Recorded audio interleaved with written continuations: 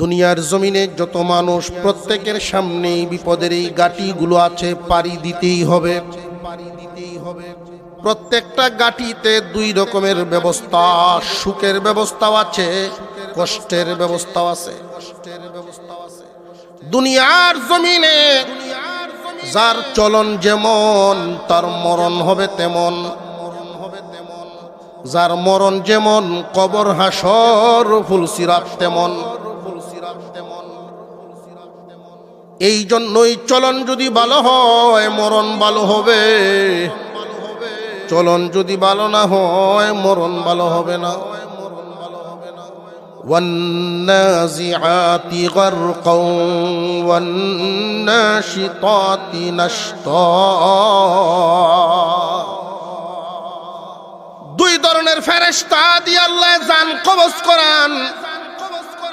বান্দা যদি নেককার হয় জান কবজ একভাবে হয়, আর যদি বদকার হয় তার জান কবজ আরেকভাবে হয়। আল কবরু রাউযাতুম মির রিয়াদিল জান্নাহ আও হুফরাতুম মিন হুফারিন নার। কবরের জগৎ নেককারের জন্য জান্নাতের একটা বাগান, আর বদকারের জন্য জাহান্নামের গর্ত। অনুরূপভাবে হাসরের ময়দানেও দুই রকমের ব্যবস্থা, ফুলসিরাতেও দুই রকমের ব্যবস্থা। মহান আল্লাহ এই জন্য ডাক দিলেন, জমিনের মধ্যে মানুষ বসবাস করে অনেক রকমের, কিন্তু আল্লাহর প্রিয় বান্দা বান্দি হলো ঈমানওয়ালারা। তাই আল্লাহ তাআলা ঈমানদার বলে ডাক দিয়া বলেন, ইয়া আইয়ুহাল্লাযীনা আমানুত্তাকুল্লাহ। হে ঈমানদারেরা, আল্লাহকে ভয় করো। আল্লাহকে ভয় করে না এমন মানুষ কিন্তু নাই, সবাই ভয় করে। আমরা এখানে যারা আছি আমরাও ভয় করিনি না করি না, বাজারে যারা আছে তারাও ভয় করেনি না করে না, বাড়ি ঘরে যারা আছেন তারাও আল্লাহকে ভয় করে। কিন্তু এই ভয় আমাকে এই কষ্ট থেকে বাঁচাতে পারবে না। মহান মাওলাই কারীম যেই আদেশটুকু দিলেন, মুসলমান না হইয়া সাবধান, সাবধান, মুসলমান না হইয়া মইরো না। মুসলমান প্রকার ভেদে তিন প্রকার। এই জমিনে সব মুসলমান এক রকমের না। যদি সত্যি আল্লাহর ঘোষণা অনুযায়ী সব মুসলমানের পরিস্থিতি একরকম, পরিবেশ একরকম হতো, সবার অন্তরে যদি পরিপূর্ণভাবে আল্লাহর ভয় থাকতো, সমাজের চিত্রটা এমন দেখা গেল, জুমার দিনে যেই পরিমাণ মুসল্লি, ফজরেও ওই পরিমাণ মুসল্লি। কিন্তু এমন মসজিদও তো আছে মুসল্লি একা একজন আর ইমাম সাহেব, ফজরের জামাতে মানুষ নাই, এমন মসজিদ আছে না নাই? মুসলমানদের সমাজ কিন্তু সুদের কারবার চলে। মুসলমানদের সমাজ হালাল হারামের কোনো পার্থক্য নাই, দেয়াল নাই। মুসলমানের বাড়িঘর পর্দার কোনো পরিবেশ নাই। নামে মুসলমান, শুধু সাইনবোর্ড লাগায় রাখছি আমরা। ইহুদি খ্রিস্টানদের এমন দেশও আছে, মুসলমান উলামায়ে কেরাম সফর করতে গেলে তারা আজীব হয়ে যান। খাদ্যে কোনো ভেজাল নাই, ওজনে কমতি নাই, জানের মালের কোনো নিরাপত্তাহীনতা নাই। গভীর রজনীতে একা একা ঘুরবে, কোনো ভয় নাই। এত সুন্দর দেশ, এত সুন্দর পরিবেশ। এই জন্য একজন আলেম বলেছিলেন, হুজুর সফর করে এসে দেখলাম আমাদের উপরে শুধু সাইনবোর্ড আছে, ভিতরে সব ফাঁকা। কিন্তু তাদের ভিতর সব ঠিক, সাইনবোর্ডে ভেজাল। ওদের সাইনবোর্ডটা যদি একটু ঠিক করতে পারে ওরা জান্নাতে যাবে আমাদের আগে। মুহতারাম হাজিরিন, মহান মৌলাই করিম বলেন, মুসলমান না হইয়া মৃত্যুবরণ করিও না। মুহতারাম হাজিরিন, আল্লাহ যে বললেন মুসলমান হয়ে মরার কথা, মুসলমান কোন ধরনের মুসলমান হইয়া মৃত্যুবরণ করব আমরা? প্রকার ভেদে মুসলমান তিন প্রকার। মৌতের সময় আজরাইলের আচরণও হবে তিন প্রকারের সাথে তিন প্রকার। সবার সাথে মরার হালতে একরকম আচরণ হবে না। কবরের জগতেও সবার সাথে একরকম না। যাত্রীটা যেই মানের আচরণ হয় সেই মানের। এয়ারপোর্টে গেলে সব যাত্রীর সাথে সমান আচরণ করে না। স্টেশনের যাত্রী যেই মানের আচার আচরণ তো সেই মানের হয় তার সাথে। মুহতারাম হাজিরিন, মুসলমান এক নাম্বার গুনাহগার মুসলমান, দুই নম্বরে হলো পরহেজগার মুসলমান, তিন নাম্বার হলো আল্লাহর ওলি মুসলমান। তিন প্রকার মুসলমান, তিন প্রকার মুসলমানের মরার হালত হবে তিন প্রকার। কবরের জগতের হালত, হাসরের মাঠের অবস্থা তিন প্রকার। প্রথমে আমরা পরিচয়টা জানি, কোন প্রকারের মুসলমান কারা। গুনাহগার মুসলমান কারা, পরহেজগার মুসলমান কারা, আল্লাহর ওলি মুসলমান কারা। মহান মৌলাই করিম আদেশ দিলেন আল্লাহকে ভয় করো। আমরা যারা আল্লাহর বিশ্বাসী, আল্লাহ যে একজন আছেন এই বিশ্বাস আছে না নাই? সন্দেহ আছে কোনো?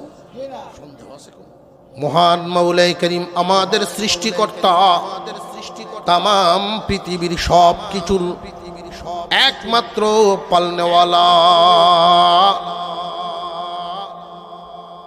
আলহামদুলিল্লাহি রাব্বিল আলামিন।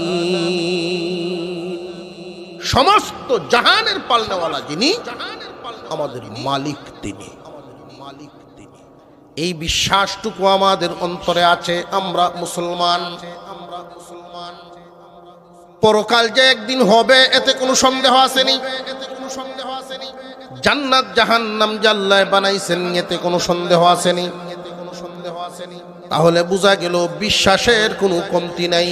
আল্লাহ যা যা বানাইছেন, একদিন দুনিয়াতে থাকবো না, একদিন ছিলাম না। এখন আমাদের বুঝতে হবে এতটুকুন ধারণা আমাদের জন্য যথেষ্ট না। ইমানদারদের জানা থাকা দরকার, যেই দিন ছিলাম না কোথায় ছিলাম, যেই দিন থাকবো না কোথায় যাব, যেই দিন আমরা ছিলাম না কোথায় থেকে আসলাম, যেই দিন থাকবো না কোথায় যাব। একদিন ছিলাম না একদিন থাকবো না, এটা অনেক পুরাতন কথা। আবু জেহেলেও জানতো, ছিল না থাকবে না এটা হিন্দুরাও জানে। কিন্তু বিশ্বাসের বিষয় হলো যেদিন থাকবো না আমরা সেদিন যাব কোথায়। আমাদের প্রত্যেকের শেষ ঠিকানা হইল জান্নাত। মানব জাতির জন্য আল্লাহ শেষ ঠিকানা বানায় রাখছেন জান্নাত, আর না হয়ে জাহান্নাম। ওই জান্নাত এবং জাহান্নামের দিকে আমরা রওনা দিয়েছি। একদিন দুনিয়া থেকে চলে যাব শব্দটা আমরা বলি ঠিক, ভুল না, কিন্তু এর গভীরে ভাবলে অর্থ হবে আমরা একদিন চলে যাব। যে না না যাচ্ছি, চলে যাব না যাচ্ছি, কি বলে?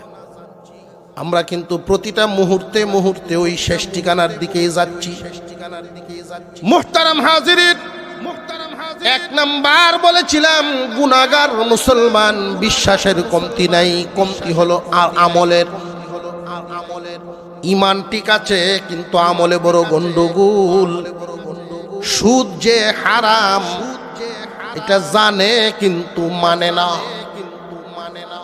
নামাজ পড়া ফরজ 5 ওয়াক্ত এটা জানে কিন্তু মানে না। পর্দা করা ফরজ আল্লাহর বিধান জানে কিন্তু মানে না। বিশ্বাসের কোনো কমতি নাই, আমলে হলো কমতি। ওরা গুনাহগার মুসলমান, বেঈমান না, কাফের না, ইমানদার, তবে গুনাহগার। তবে আফসোসের ব্যাপার হলো আল্লাহর বিধি বিধানের ক্ষেত্রে যদি বিশ্বাসের কোনো নমনীয়তা থাকে, বিশ্বাসের ক্ষেত্রে দুর্বলতা থাকে, তাহলে কিন্তু ঈমান নাই। শরীয়তের কোনো বিধানের প্রতি যদি বিশ্বাস দুর্বল হয়ে যায়, শরীয়তের কোরআন হাদিসের যত বিধিবিধান ফরজ এবং ওয়াজিব, আদেশ ফরজ ওয়াজিব আল্লাহর আদেশ, হারাম আল্লাহর নিষেধ, আদেশগুলো পালন করা, নিষেধ থেকে নিজেকে বাঁচায় রাখা, বিশ্বাস করে ঠিক কিন্তু রাখে না, করে না, আল্লাহর গোলামি না করে মনের গোলাম হয়ে যায় তারা। এই দেশের মধ্যে অনেক মুসলমান এমন আছেন আল্লাহর বিধি বিধানের বিরুদ্ধে অবস্থান নেয়। দেশ পরিচালনাই বলেন, সমাজ পরিচালনাই বলেন, মুহতারাম হাজিরিন, মানুষ বুঝে বহুদিন পরে, সময় থাকতে বোঝে না। আমাদের এই দেশে বছরের পর বছর জেল কাটিয়েছে, অন্য কোনো দোষ ছিল না, শুধু আল্লাহর জমিনে আল্লাহর দিন কায়েমের বয়ান করত।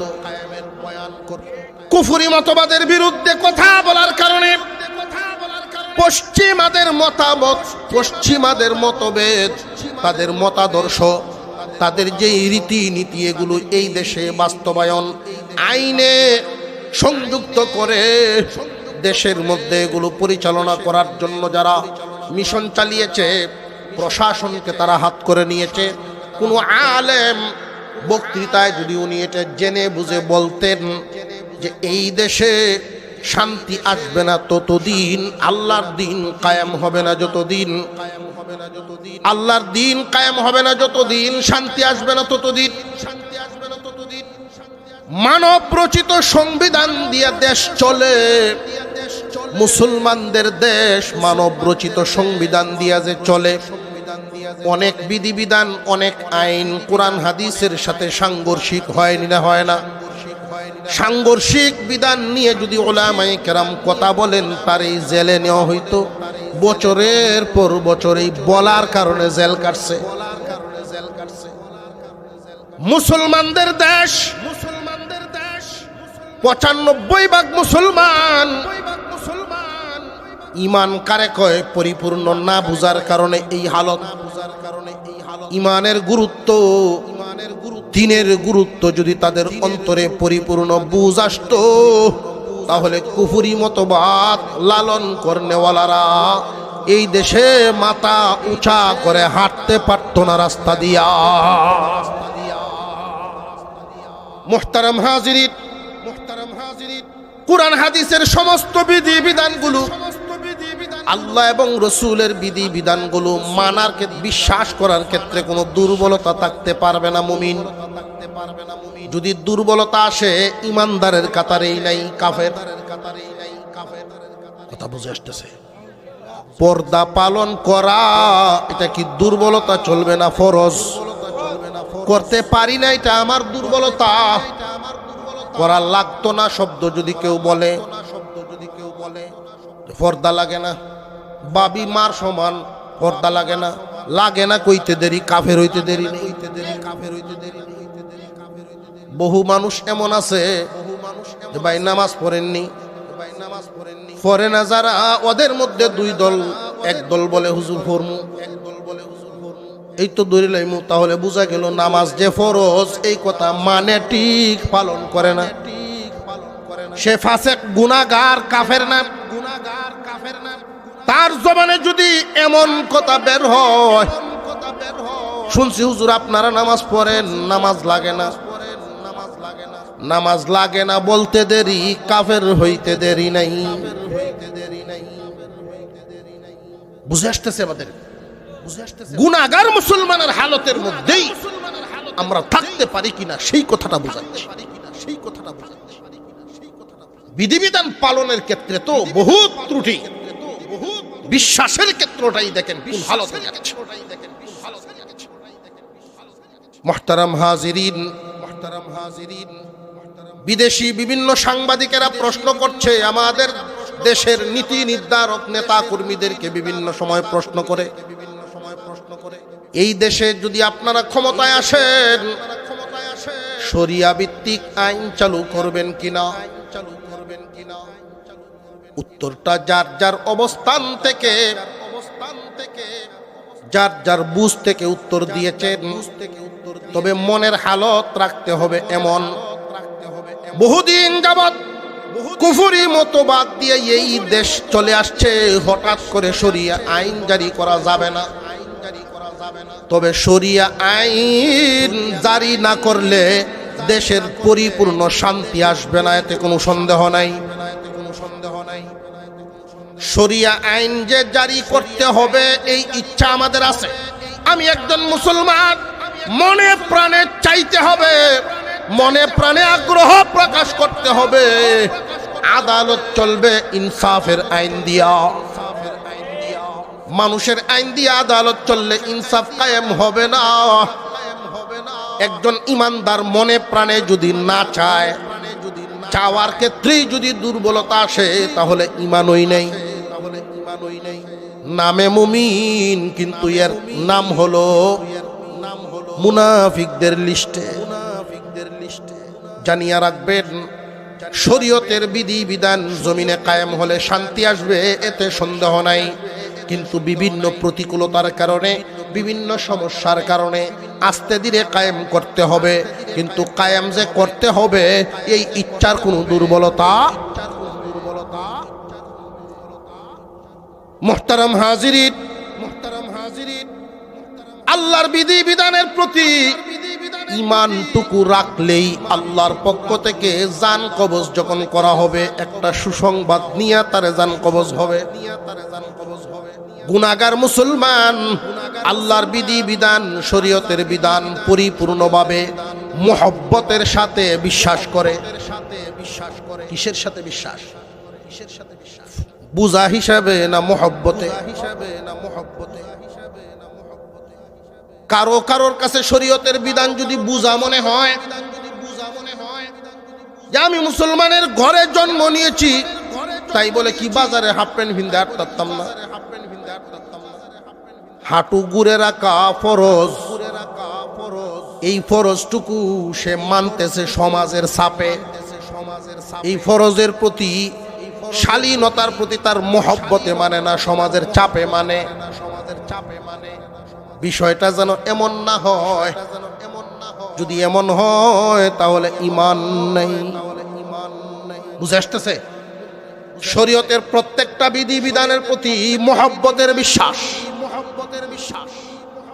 বিশ্বাস থাকবে মহব্বতে, কিন্তু কমতিটা হলো তার আমলে।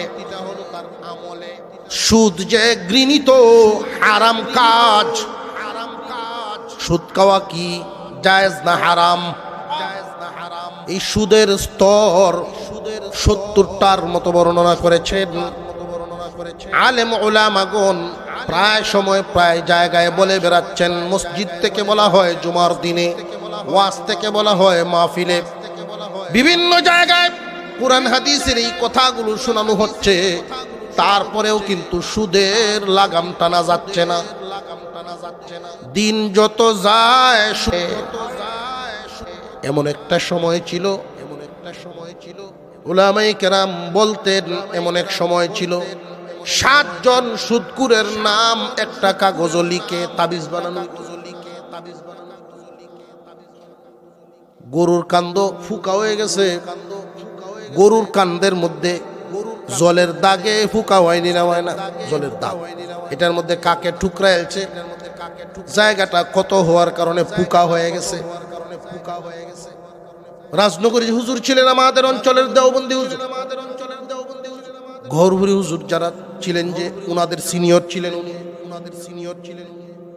আল্লামা হুসাইন আহমদ মাদানী রহমতুল্লাহি আলাইহি এর সাথী ভাই। ওনার কাছে আসছে একজন এই চিকিৎসা নেওয়ার জন্য। উনি বলেন 7টা সুদকুরের নাম লেখিয়া গরুর কান্দ লটকায় দেয়। অনেকদিন সময় লাগছে, গ্রাম খুঁজতে খুঁজতে 7 জন সুদকুরের নাম পাইছে। কিন্তু এমন একটা সময় আমরা পার করতেছি, 7 জন ভালো মানুষ, সুদ মুক্ত মানুষ পাওয়া কঠিন হয়। লাগাম টানতে পারছি না কেন? কোরআন হাদিসের বিধিবিধান শোনাচ্ছি, কিন্তু মানুষ তো থামে না। মুহতারাম হাজিরিন, থামে না ওই কারণে বিধানের প্রতি মহব্বত কম। বিশ্বাস করে ঠিক, মহব্বতে বিশ্বাস করে না।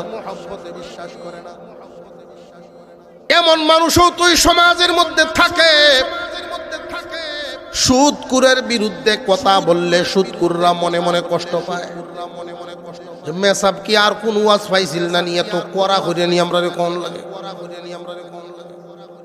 মুহতারাম হাজিরিন, সুদের স্তর 70টা। সবগুলো তো আর এক বৈঠকে শোনানো সম্ভব হয় না। সর্বনিম্ন স্তরটা বলি আর সর্বোচ্চ স্তরটা বলি। সর্বনিম্ন স্তর হলো আপন মার সাথে জিনার সমান। সবাই বলেন নাই নাউজুবিল্লাহ। আমার তো মনে হয় কোন সভ্য এলাকায়, সভ্য সমাজে এমন অপরাধী যদি চিহ্নিত হয়, সমাজ থেকে তাকে আউট করে দেবে। যেই সমাজে তুই থাকতে পারবি না, ঠিক না বেটি? সর্বনিম্ন স্তর সুদ করে, আর সর্বোচ্চ স্তর হলো আল্লাহ এবং রসুলের বিরুদ্ধে যুদ্ধে নামার সভা। আল্লাহ এবং রসুলের বিরুদ্ধে যুদ্ধ নামলো যে একজন মুমিন ইমানদারের বন্ধু হয় কিভাবে সে? আল্লাহ এবং রসুলের বিরুদ্ধে যুদ্ধ করে যে আমার কিছু লাগলেও সে আমার মহব্বতের হয় কিভাবে সে? সর্বনিম্ন স্তরের সুদকুরের মর্যাদাটা, সুদকুরের পরিচয়টা কি? পরিচয়টা হলো সুদ খাইছে ঠিক, কিন্তু অপরাধী নিজের বড় অপরাধী মনে করে, নিজের ঘৃণ্য মনে করে। সর্বোচ্চ স্তরের সুদকুর সুদের পক্ষে যুক্তি দাঁড় করে। সমাজে সুদের পক্ষে যুক্তি দাঁড় করিয়া আছে যে আমরাও টেকা তো খাটাই নিলাভ করি, ব্যবসার মতোই তো, ঠিক না বেঠিক? বিভিন্নভাবে আলেমদেরকে কটাক্ষ করে কথা বলবে, এইভাবে খাইলে যায় আর ওইভাবে গুড়ায় খাইলে যায়। গুড়া নিক তো আর কিতা। জেনে রাখবেন, এদেরকে যদি থামাইতে হয় একটাই পথ। সামাজিকভাবে যদি বয়কট করা না হয়, সুদের লাগাম টানা যাবে না। আমরা সামাজিকভাবে বয়কট করি না, বরং এদের সম্মান ইজ্জত আরো বাড়ায়া দেই। এটা এক ধরনের ধর্মের সাথে জুলুম, সমাজের সাথে জুলুম। আফসুস, আপত্তিকর বিষয় হলো মুসলমানদের সমাজে এই জাতীয় অপরাধীরা মসজিদ কমিটির সদস্য কেমনে হয়, সভাপতি কেমনে হয়? মুহতারাম হাজিরিন,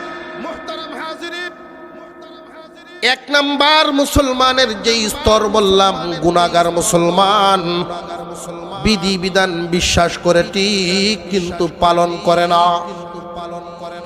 আয় ইনকাম করার ক্ষেত্রে গিয়ে হালাল হারাম ভেদ বিচার করে না, হালালও খায় হারামও খায়। নামাজ যেমন মনে চাইলে পড়ে, মনে চায় না পড়ে না। এমন মুসলমানের সংখ্যা জমিনে আছে না নাই? গৃহস্থির যখন খুব কাজের চাপ পড়ে, মুসল্লির সংখ্যা কমে যায়। মুহতারাম হাজিরিন, 2 নাম্বার দল পরহেজগার মুসলমান। পরহেজগার মুসলমানের পরিচয় হলো আল্লাহর বিধিবিধান যেইভাবে মহব্বতের সাথে বিশ্বাস করে, ওইভাবে শরীয়তের বিধান মতো সে পালনও করে। উপবাস থাকবে, হারাম খাবে না, সুযোগ পাইলে হালাল পথে ইনকাম করবে, হারাম গ্রহণ করবে না। হালাল পথে ইনকাম করা না জায়েজ না জায়েজ। আমাদের অনেক উলামায়ে কেরাম ছিলেন অনেক বড় বড় ব্যবসায়ী, ধনী। এই জন্যই খুব খেয়াল করেন হালাল পথে দুনিয়াদারি জায়েজ, হালাল পথে ধনী হওয়া জায়েজ, হালাল পথে ইনকাম করা, কোটি টাকাও যদি সুযোগ পায় মাসে ইনকাম করা, রাস্তা যদি হালাল হয় তার জন্য জায়েজ। নবীগণকে দিয়ে আল্লাহ বাদশাহী করাইছেন না করাইছেন? মুহতারাম হাজিরিন, নবীগণকে দিয়া অভাবের মোকাবেলায় জীবন যাপন করিয়েছেন। এমন পয়গম্বরও ছিলেন এত দরিদ্র হালতে সময় পার করেছেন, হাতের গ্লাস হাতের প্লেটটা পর্যন্ত ছিল না। বাদশাহীও করিয়েছেন, ফকিরি জীবন যাপনও করিয়েছেন। বুঝাইলেন দুনিয়ার মানুষ, তুমি তোমার নীতি আদর্শ শুধু ঠিক রাখবা, হালত তোমার যাই হোক, বাদশাহীর হালতেই হোক, ফকিরি হালতেই হোক, তোমার কাটা যেন না নড়ে। সীমানা পরহেজগার মুসলমান কারা? বিশ্বাসও করে আমলও করে। এই আমলের ক্ষেত্রে শরীয়তের বিধি বিধানের কোনটা মাপকাঠি? একদিকে রাখলাম আল্লাহর নিষিদ্ধ বস্তুগুলো হারাম, আল্লাহ তাআলা এই নিষেধ করেছেন, এগুলো হারাম। পরহেজগার মুসলমান দুনিয়ার ক্ষতি হয়ে গেলেও, জীবনের ক্ষতি হয়ে গেলেও ওই হারাম দেয়াল টপকাবে না, হারাম কাজটা ইচ্ছাকৃতভাবে গিয়া করবে না। ফরজ এবং ওয়াজিব আর একদিকে বাউন্ডারি দিলাম, ফরজ ওয়াজিব ছাড়বে না, হারাম কাজ করবে না, ফরজ ওয়াজিব ছাড়বে না। এতে যদি দুনিয়ার ক্ষতি হয়ে যায় হোক, পরকাল যেন ঠিক থাকে। নিজের মনের বিরুদ্ধে যাবে, আল্লাহর আইন বিধানের বিরুদ্ধে যাবে না। আত্মীয় স্বজন যদি নারাজ হয় হোক, তবু আল্লাহকে নারাজ করবে না। পরহেজগার মুসলমান বিয়ে শাদিতে যদি তার বাড়িতে গান বাজাইতে চায়, ছেলেদের অনুমতি দিবে না, অন্যায় হইতে দিবে না, হারাম কাজ করতে সে দিবে না। এতে যদি তার বিরুদ্ধে কেউ চলে যায়, যাক, মানুষ তার বিরুদ্ধে চলে গেলেও সে কষ্ট পায় না, সে তার কাটা ঠিক রাখবে, আল্লাহ যেন নারাজ না হন। পরহেজগারের পরিচয়টা বুঝে আসছে আপনাদের? পরহেজগার মুসলমান হালাল পথে সুযোগ পাইলে কোটিপতি হবে, অসুবিধা নেই, কিন্তু হারাম পথে 1 টাকাও গ্রহণ করবে না। হালাল পথে ধনী হবে, ব্যবসা করবে হালাল পথে, চাকরি করবে হালাল পথে, রাজনীতির ময়দানে মায়ে মাতাব্বরি সরদারি সব কিছু করবে, তবে নীতি হারা হবে না। এই মানুষগুলো পরহেজগার, প্রচন্ড চাপের মধ্যে আছে, কাজের চাপ, চতুর্দিকে অন্ধকার দেখে, এরপরেও আজান হয়ে গেলে আল্লাহর হুকুম ফরজটুকু আদায় করবে, সুন্নত না পারলে না পারবে।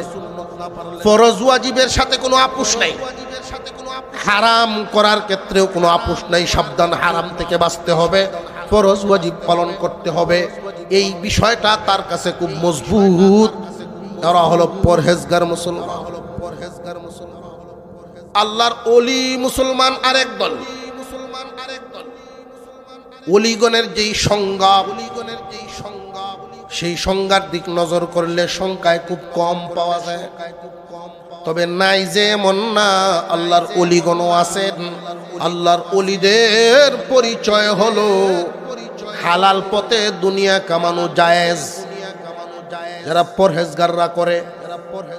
কিন্তু আল্লাহর ওলিদের মর্যাদা আরো উপরে। হালাল পথে দুনিয়া কামানোর সুযোগ পায়াও তারা গ্রহণ করবে না। হালাল পথে দুনিয়া কামানো যায়, কিন্তু দুনিয়ার পাগল না। ওরা শুধু হারাম থেকে বেঁচে থাকবে তা না, মাকরু থেকেও বেঁচে থাকবে, মাকরুটাও যেন না হয়। ফরজ ওয়াজিব শুধু পালন করবে তা না, মুস্তাহাব, তাহাজ্জুদ, আওয়াবিন, ইশরাক এগুলো ছাড়ে না। মুহতারাম হাজিরিন, পরহেজগার, গুনাহগার, ওলি, তিন দল মুসলমান। এই তিন দলের উদ্দেশ্যে মহান আল্লাহ যেই সবকটা দিলেন, ইয়া আইয়ুহাল্লাযীনা আমানুত্তাকুল্লাহ, হে ঈমানদারেরা আল্লাহকে ভয় করো। ভয় করার মতো করো। মতো বলতে কি বুঝাইলেন? যারা ভয় করেছেন তাদের মতো যেন হয়। ভয় করে গেছেন জমিনে এমন মানুষের ইতিহাস আছে না নাই? আল্লাহ নিজেই উদাহরণ দিয়েছেন, তোমাদের ঈমান যেন সাহাবীদের সাথে মিলে তোমরা তাদের মতো হও। কাদের মতো? সাহাবীদের মতো, আল্লাহর ওলিগণের মতো। আল্লাহ ওয়ালারা জীবন যাপন করে গেছেন। আল্লাহকে ভয় করার মতো ভয় করো। এই মতটা উদাহরণ দিলে আরো সহজে বুঝে আসে। কোনো একটা জামা দেখলেন, পছন্দ হয়ে গেল, ভাই কই বানাইছো বা কোন দোকান থেকে আনছো? অমুক দোকান। ওইখানে গিয়া যদি আপনি বলেন যে ভাই আমার অমুক ভাইয়ে যে জামাটা নিল ওইটার মতো একটা জামা দেন, মতো বুঝে আইছেনি? মিস্ত্রিকে বললেন তুমি ওই গ্রামে যে ঘর বানাইছো বড় সুন্দর, ওইটার মতো একটা ডিজাইনে ঘর বানাইয়া দাও, মতোটা বুঝে আইছেনি? মহান মাওলাই কারীম হুকুম দিলেন, ইত্তাকুল্লাহ, আল্লাহকে ভয় করো, হাক্কা তুকাতিহি, ভয় করার মতো। ওয়ালা তামুতুন্না, কখনো মৃত্যুবরণ করবা না, মৃত্যুবরণ করবা না, ইল্লা ওয়া আনতুম মুসলিমুন, যতক্ষণ না তোমরা মুসলমান হইতে পারছো। মুসলমান না হইয়া মরিও না, কারণ মরার হালত সবার সমান না। আজরাইল আলাইহিস সালাম যখন জান কবজ করে মানুষের, দুই দল ফেরেশতা দিয়ে আল্লাহ জান কবজ করান। এক দলে গিরা কুলার মাধ্যমে জান কবজ করে, আরেক দলে ডুব দিয়া জান বের করে আনে। দুই দলের জান কবজের হালত নবীজি বলেন, এক দলের জান কবজ করতে গিয়া ওই যে গিরা খুলবে, দুনিয়াতে দেখবেন কোন বেলুনের মধ্যে যদি বাতাস আটকানো হয়, বেলুনের মধ্যে বাতাস আটকাইয়া যদি গিরা দেন, এই বেলুনটার ভিতরে গিরাটা চলে যায়। গিরা যদি খুলতে হয় মুখে হালকা চাপ দিতে হয়, নইলে সুযোগ পাবেন না, ডিল না করলে খুলতে পারবেন না। ওই যে হালকা চাপটা, ওই চাপটা হলো নেককারের মরার সময় দেওয়া হয়। আল্লাহর রাসূল সাল্লাল্লাহু আলাইহি ওয়াসাল্লাম বলেছিলেন, আজরাইল রে, আমার তো মনে হয় উহুদ পাহাড় আমার বুকের উপর রেখে দিলি। আজরাইল আলাইহিস সালাম বলেছিলেন, হুজুর এই পর্যন্ত যত জান কবজ করলাম এত আসানে কবজ করি নাই। নবীজি বলেছিলেন, আমি তো চলেই যাব, আমার উম্মতেরা এই চাপটাও নিতে পারবে না। আল্লাহর পক্ষ থেকে জানায়া দেওয়া হলো, দোস্ত আপনার উম্মতের নেককার যারা, এদের জন্য আমি আলাদা ব্যবস্থা করব। তাদেরকে আজরাইলে যখন চাপ দিয়া গিরা খুলবে, চাপ না দিয়া তো গিরা খুলতে পারবে না, চাপ দিয়া যখন গিরাটা খুলবে, আমি আল্লাহর পক্ষ থেকে এমন ব্যবস্থা গ্রহণ করব সে যেন কষ্ট না পায়। এই জন্য নেককারের মরার সময় আল্লাহর পক্ষ থেকে ফেরেশতা আইসা সুসংবাদ দেয়, ফেরেশতা আইসা সিনারি দেখায়, তার কাছে আনন্দ আর আনন্দ লাগে, কষ্ট অনুভব হয় না। যেমন ধরেন কোনো মানুষ যদি হাত পা কাটে হাসপাতালে নেওয়া হয়, সিলি করার সময় আগেই সে ব্যথা পাইবে এই ভয়ে কান্দে। ডাক্তার বলে চিন্তার কোনো কারণ নাই, সাইটে দিয়া ইনজেকশন করিয়া জায়গা অবশ করা হয়। ইনেস্থেশিয়া আছে না নাই? এই অবশ করার মাধ্যমে জায়গাটার মধ্যে যখন কাজ করা হয় ব্যথা আর পায় না। যুগাল যন্ত্রর বেতা দেওয়ার যোগ্যতা কি কমে গেছে? সব ঠিক আছে, কিন্তু ইনেস্থেশিয়া করে ইনজেকশন দিয়া তারে সেভ করা হয়েছে। ঠিক তেমনি ভাবে নেককারের মরদ আজরাইল যখন জান কবজ করবে, নেককারের কাছে আল্লাহর পক্ষ থেকে 500 ফেরেশতার বাহিনী আসে। এক একজনের হাতে জান্নাতি রুমাল, আর এক হাতে আতরদানি।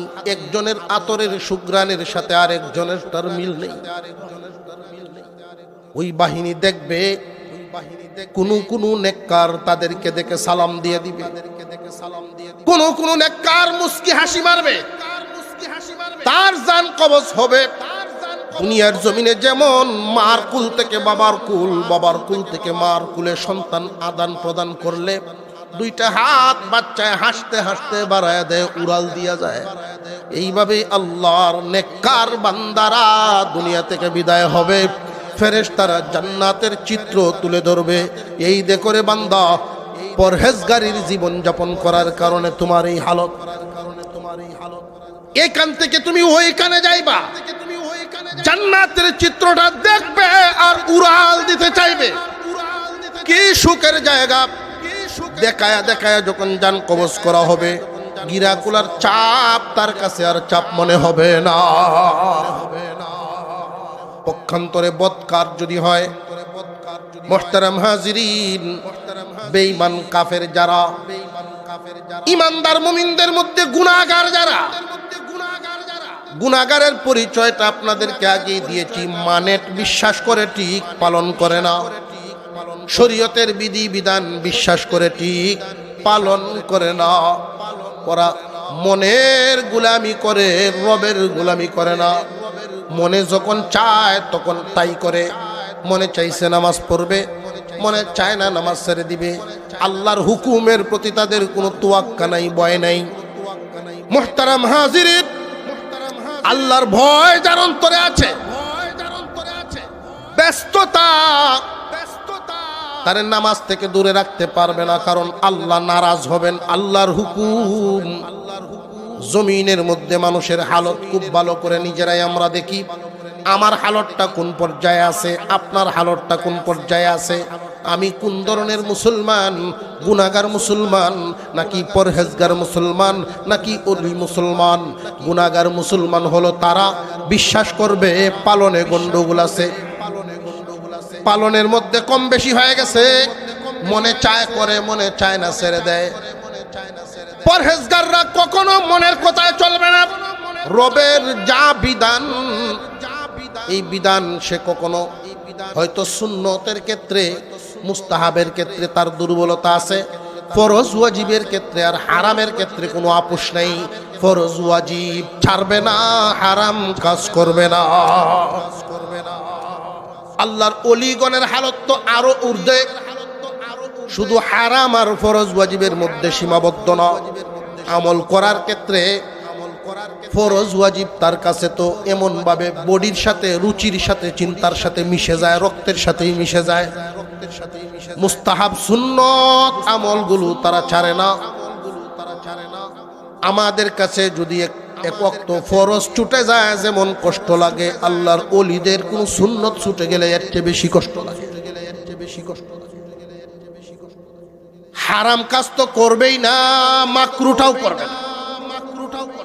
এই জন্য নেককারের মরণ আর বদকারের মরণ, বদকারের মরণটা হবে এমন ভাবে, একটা প্রাণীকে জবাই না করে সিলাইলে যেমন কষ্ট পাবে, এর চাইতে দ্বিগুণ কষ্ট দিয়া জান বের করা হয়।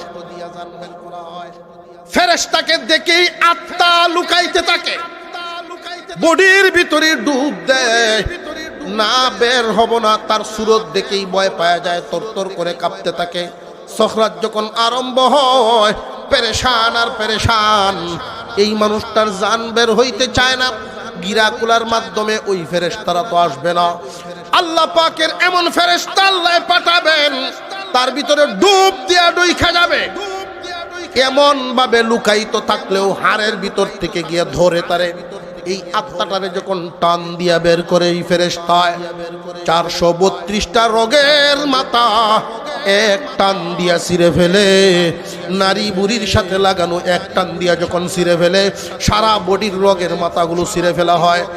আল্লাহর রাসূল বলেন, প্রাণীকে জবাই না করে চামড়া ঝিলাইলে যেমন কষ্ট হবে, এর চাইতে দ্বিগুণ কষ্ট দিয়া বদকার বেঈমান কাফেরদের জান কবজ করা হয়। গুনাহগার হয়ে মরবানা, সাবধান সাবধান। গুনাহগারের এই কষ্ট কাফেরদের মতোই কষ্ট দেওয়া হবে, কারণ গুনাহগারের চলাফেরা কাফেরের চলার মতো, গুনাহগারের চলাফেরা কাফেরদের চলাফেরার মতো। কাফেররা যেমন আল্লাহ বিশ্বাস করে না, মানেও না, গুনাহগারে শুধু বিশ্বাস করছিল কিন্তু মানার ক্ষেত্রে তাদের সমান। সুসংবাদ একটা তারে দেওয়া হবে, ইমানদার হওয়ার কারণে, বিশ্বাস করার কারণে তোমার একটা সুসংবাদ দিলাম, চিরদিন কাফেরদের মতো তুমি জাহান্নামে থাকবা না, ঈমান থাকার কারণে তুমি সাজা ভুগে জান্নাত পাইবা। তবে সরাসরি জান্নাতে যাইতে পারবে না, যাইবা এখন জাহান্নামে। এই জাহান্নামের কথা শুনে তার ভিতরে কষ্ট শুরু হবে, কাফেরদের মতো করে সাজা দিয়ে কষ্ট দিয়ে জান বের করা হবে। পরহেজগারকে ফেরেশতায় কানে কানে বলবে, ওগো আল্লাহর বান্দা, পরহেজগারির জীবন যাপন করার কারণে মহান আল্লাহ আমাদেরকে পাঠাইছে তোমাকে নেওয়ার জন্য। এইখান থেকে যে তুমি যাইবা, কই যাইবা জানোনি? জাহান্নামের আগুনে না জ্বালায়া তোমারে সরাসরি জান্নাত দিবে। পরহেজগারির জীবন যাপন দুনিয়াতে প্রতিটা মুহূর্তে মুহূর্তে কষ্ট তার পাড়ি দিতে হবে। কাটা বিছানো রাস্তা, বড় অন্ধকার পিচ্ছিল রাস্তা, এটা পাড়ি দিতে হবে। তখন সুসংবাদ নিয়ে দুনিয়া থেকে বিদায় হয়, সরাসরি জান্নাতে যাওয়ার সুসংবাদ। আল্লাহর ওলিগণের জান যখন কবজ করা হয়, জান্নাতের সুসংবাদ দিলে তারা খুশি হয় না। এই জন্য ওলিগণকে জান্নাতের সুসংবাদ না, কারণ তারা যত দোয়া করে কোনোদিন জান্নাত চাইই না। আল্লাহর ওলিগণের শান মান মাকাম অনেক উঁচা। হাজী ইমদাদুল্লাহ মুহাজির মক্কি রাহমাতুল্লাহি আলাইহি দোয়া করতেন, আল্লাহ জাহান্নামে যদি দেও গো, এমন জায়গায় দিও যেখান থেকে তোমারে দেখা যায়। দুনিয়াদারির সাথে তাদের কোনো সম্পর্ক না, তাদের কলবটা আল্লাহর পাগল, আল্লাহর দিওয়ানা। এই জন্য আল্লাহ বলেন, ফেরেশতারা আমার এই ওলির দল বান্দাদেরকে জান্নাত শুনাইলে তারা খুশি হবে না, এদেরকে শুনায়া দাও আল্লাহর দিদার পাওয়ার সুসংবাদ। আল্লাহর দিদারের সুসংবাদ দিয়া যখন জান কবজ করবে, আল্লাহর ওলিগণ সন্তুষ্ট হবে। যার জন্য পাগল তা পাওয়া যাবে, তা পাওয়া যাবে। পরহেজগারদেরকে জান্নাতের সুসংবাদ, জান্নাতের সুসংবাদ।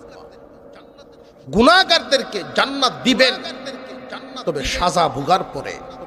সাজা কি পরিমাণ? গুনাহ হইছে তোমার যে পরিমাণ, ঈমান নিয়ে মরলে জান্নাত পাবে। হাসরের মাঠে মহান আল্লাহ প্রথমেই ঘোষণা দিবেন, বেঈমানদেরকে জাহান্নামে দাও, আর আমার নবীগণ ওলিগণকে জান্নাত দাও। বিচার শুরু হওয়ার আগে, বিনা হিসাব জান্নাত, বিনা হিসাব কার্য শুরু হবে। পরহেজগার আর গুনাহগার, পরহেজগার মুসলমানদের ক্ষেত্রে মহান আল্লাহ বড় সহজ করে দিবেন। তাদেরকে সহজ হিসাবে, জাহান্নামের সাজা না দিয়া সহজ হিসাবে জান্নাত দিবেন। গুনাহগারদের জন্য বড় কঠিন হিসাব, সাজা ভোগ করে, যার অপরাধ যে পরিমাণ সাজা হবে সেই পরিমাণ ভোগ করার পরে এক সময় জান্নাত পাবে আল্লাহ রহমান। কিন্তু আমরা নিজেরা একটু হিসাব মিলাই, দুনিয়ার আগুনে 1 মিনিট থাকাটা যদি সহ্য হয়, তাহলে আখিরাতের আগুন দুনিয়ার চাইতে 1000 গুণ 1000 গুণ পাওয়ারফুল থাকবে। যদি দুনিয়ার আগুনটা সহ্য করতে পারেন তাহলে নিজের বিবেকের সাথে তুলনা করবেন, ওইখানে যাইতে পারবেন আগুনে, ওইটা পাওয়ারফুল। এরপরেও 1000 গুণ পাওয়ার কম দুনিয়ার আগুনের। এখানে কি 1 মিনিট থাকার ক্ষমতা কারোর আছে? যদি নাই থাকে তাহলে আল্লাহ যে বললেন তোমরা মুসলিম না হইয়া কখনো মরিও না। কোন ধরনের মুসলমান? ওলি যদি হইতে নাও পারি, গুনাহগার হইয়া যেন না মরে। বুঝে আসছে কথাটা? ওলি যদি হইবার নাও পারে, গুনাহগার হইয়া যেন না মরে। অন্তত সাবধানতার সাথে পরহেজগারি অবলম্বন কর। পরহেজগারদের জীবন যাপন, ইচ্ছাকৃতভাবে হারাম কাজ করব না, ইচ্ছাকৃতভাবে হেলায় হেলায় আল্লাহর হুকুম ফরজ ওয়াজিব ছাড়ব না। অনিচ্ছায় যদি ঘটে যায়, আল্লাহর কাছে তওবা করলে আল্লাহ মাফ করে দিবেন। মুহতারাম হাজিরিন, কিয়ামতের কঠিন ময়দানে কিছু উসিলা স্থাপন করা হবে। উসিলা কোন গুনাহগারকে আল্লাহ হাসরের মাঠেই মাফ করে দেন। সাজা ঘোষণা হয়ে গেছে, তার গুনার পরিমাণ ছিল কিছু, কিন্তু এমন এমন কিছু গুণ ছিল এই লোকটার, যেই গুণগুলো আল্লাহর কাছে বড় পছন্দের। কিয়ামতের কঠিন ময়দানে একদল মানুষকে আল্লাহ মাফ দিবেন। উসিলার মাধ্যমে সুপারিশকারীরা সুপারিশ করবে, আল্লাহ ওরারে মাফ করে দেব। সুপারিশের অনুমতি দেওয়া হবে 3 দলকে। ইয়াশফাউ ইয়াউমাল কিয়ামাতি সালাসা, আল আম্বিয়া সুম্মাল উলামা সুম্মাশ শুহাদা। আলেমগণ, শহীদগণ আর নবীগণের জামাত।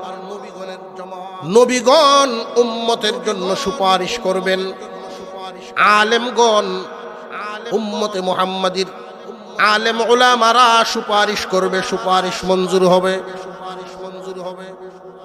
এই জন্য আল্লাহর রাসূল সুসংবাদ জানায় গেছেন, উম্মতকে বলে গেছেন, উম্মতেরা রে, 4 দলের বাহিরে যায়ও না। কুন আলিমান, আলেম হয়ে যাইও। যদি তা হইতে না পারো, আও মুতাআল্লিমান, আলেমদের ছাত্র হইও। এটাও যদি হইতে না পারো, আও মুঈনান, আলেমদের সাহায্যকারী হইয়া থাকবা। আলেম উলামাগণ দ্বীনের কাজ করেন, এই কাজের মধ্যে নিজেরে লাগায়া রাখবা, আলেমদের সহযোগী থাকবা। এটাও যদি হইতে না পারো, আও মুহিব্বান, আলেমদেরকে মহব্বত করবা। আলেম উলামাদেরকে মহব্বতকারী হইবা। 4 নাম্বার এটা। ওয়ালা তাকুন খামিসান, সাবধান তোমরা 5 নম্বরে যাও না। নবীজি বলেন আলেম উলামাদের প্রতি মহব্বতটা যেন অন্তরে থাকে, এটা যেন বের না হয়। কারণ কিয়ামতের কঠিন ময়দানে সুপারিশ হবে রক্তের কোনো সম্পর্কে না, সুপারিশ তো হবে মহব্বতের সম্পর্কে। রক্তের সম্পর্কে যদি সুপারিশ হইতো, আবু জেহেল আবু লাহাব আমরার আগে থাকতো। মহব্বতের সম্পর্কে হবে, এই কারণেই বেলাল তার মহব্বতে নবীজির উটের লাগাম ধরায় দেয়। আল্লাহর রাসূল বলেন, আমি জান্নাতের দিকে যাব, আমার ডান পাশে থাকবে আবু বকর, বাম পাশে থাকবে উমর। আমি উটের উপর সওয়ার হয়ে থাকব, আর বেলালকে আল্লাহর কুদরতি জবানে ডাক দেওয়া হবে, আসো বেলাল, উটের লাগাম ধরো, পয়গম্বরকে সামনের দিকে নিয়ে যাও। মুহাব্বতের কারণে আমরা তো নবীজির মুহাব্বতে রোজায় যাই, মদিনায় যাই, সালাম দেই। মানুষ মদিনায় যায় নবীর মহব্বতে, আর বেলাল মদিনা ছাইরা দিছি নবীজির মহব্বতে। ধরনটাই ভিন্ন। আলেম ওলামাদের মহব্বত যেন অন্তরে থাকে। আল্লাহ 4টা পুরস্কার দেন আলেমদেরকে মহব্বত করলে। 1 নাম্বার পুরস্কার, লাম তুকতাব লাহু খাতিআতু আইয়াম হায়াতিহি, তার জীবনে কোনো সগীরা গুনাহ লেখাই হয় না। 2 নাম্বার, তার রক্তের বংশধারার মধ্যে আল্লাহ আলেম নামক নিয়ামত দান করেন। আমার কাছে কেউ যদি দোয়া চায়, হুজুর দোয়া করবেন ছেলেটা আলেম হইতো, আমি একটা সবক দেই, আমার যতটুকু বুঝে আসে সেই অনুযায়ী। আলেমদের পিছনে থাকেন, তাদের জুতা টানতে থাকেন।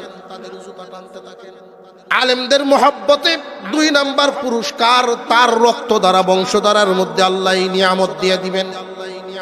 3 নাম্বার পুরস্কার, আল্লাহর পক্ষ থেকে ইমানের মৌত দিবেন। ইমানের উপরে মৃত্যু হবে, ইমানের সাথে মৃত্যু হবে। 4 নাম্বার, হাসরের কঠিন ময়দানে আলেমদের সুপারিশ নসিব হবে। যত জায়গায় উলামায়ে কেরাম দেখবেন, ব্যক্তির তার মন্দ স্বভাব, ব্যক্তির খারাপ আচরণ, কোনো একটা দোষ আপনি নিশ্চিত সাক্ষী প্রমাণের ভিত্তিতে জানতে পারছেন একজন আলেমের মধ্যে এই দোষ আছে। এই দোষটা ঘৃণিত, এই দোষটা ব্যক্তির মধ্যে না থাকাটা ব্যক্তির প্রয়োজন ছিল, এতটুকু ঘৃণা না, শুধু তার ব্যাপারে, কিন্তু আমাদেরটা ডালা হয়ে যায়। শয়তান সব সময় সোচ্চার থাকে একজন সাধারণ ইমানদারের জবান দিয়া কিভাবে ওয়ারাসাতুল আম্বিয়া নাইবে নবীগণের বিরুদ্ধে কথা বলানো যায়। আলেম ওলামাদের প্রতি ঘৃণা নিয়ে যদি কেউ কথা বলে, এটা কুফরুন। তার জীবনের নেক আমল অর্জিত করা ছিল, এগুলো নষ্ট। শয়তান সাকসেসফুল, এমন কিছু কথা মানুষের জবান থেকে শয়তানে বের করে তার মনে কুমন্ত্রণা দেয়। ভাইও, আপনার ব্যক্তিগত কোনো স্বার্থ যদি একজন আলেমের কারণে ছুটে যায়, আপনার ব্যক্তিগত স্বার্থ ছুটে গেল, তাই বলে আলেমের প্রতি কোনো খারাপ ধারণা, কুধারণা, ঘৃণা আনতে পারবেন না। আপনার ব্যক্তিগত কারণে তার সাথে সম্পর্ক দূরত্ব বা নৈকট্য হবে না।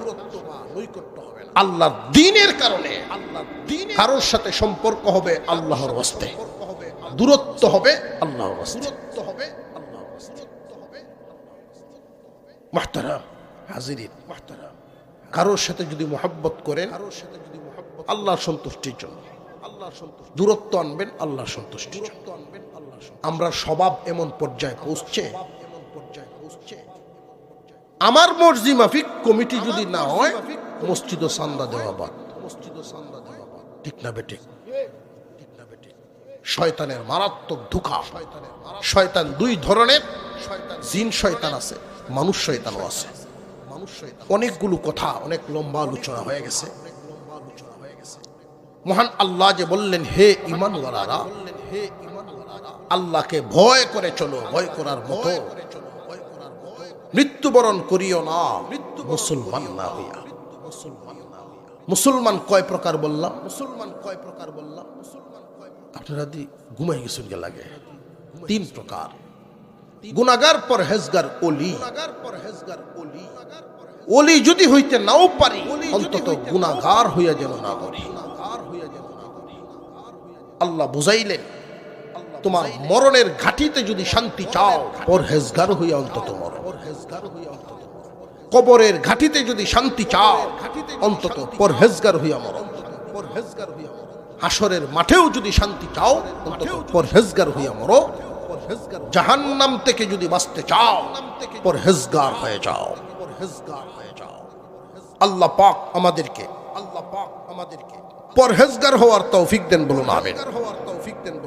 পরহেজগারি দেন, কুটিনাটি সুন্নত পর্যন্ত আমাদের কাছে হয়তো অনেকেরই মনে হতে পারে, এত তাড়াতাড়ি কেমনে মানব হুজুর, এত বড় বুঝা মনে হইতে পারে।